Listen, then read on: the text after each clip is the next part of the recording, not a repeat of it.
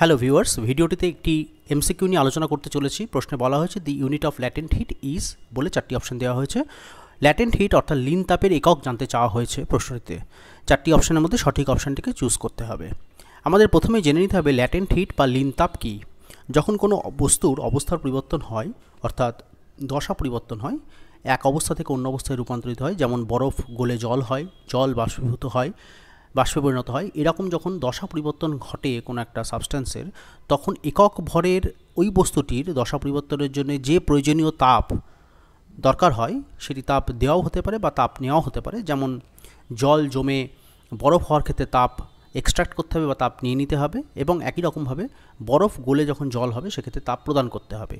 এরকম কোনো একটা সাবস্ট্যান্সের যখন দশা পরিবর্তন বা ফেজ ট্রানজিশন হয়, এরকম ফেজ ট্রানজিশনের সময় একক ভরের ওই বস্তুটির যে পরিমাণ তাপের প্রয়োজন হয়, the amount of heat energy required per unit mass of the substance is called latent heat. অর্থাৎ যদি ম্যাথামেটিক্যালি আমি একে ডিফাইন করি, তাহলে ল্যাটেন্ট হিট ক্যাপিটাল এল দিয়ে ল্যাটেন্ট হিটকে ডিফাইন করা হয়। Latent heat is equal to amount of heat energy, যাকে আমরা কিউ দিয়ে লিখছি, amount of heat energy required per unit mass. তো পার ইউনিট মাসের জন্য নিচে একটা এম লেখা হলো। This is the definition of latent heat. তো আমরা জানি যে হিট একটা কাইন্ড অফ এনার্জি যার ইউনিট হয়, এসআই ইউনিট হয় জুল, এবং মাস তার এসআই ইউনিট হয় কিলোগ্রাম।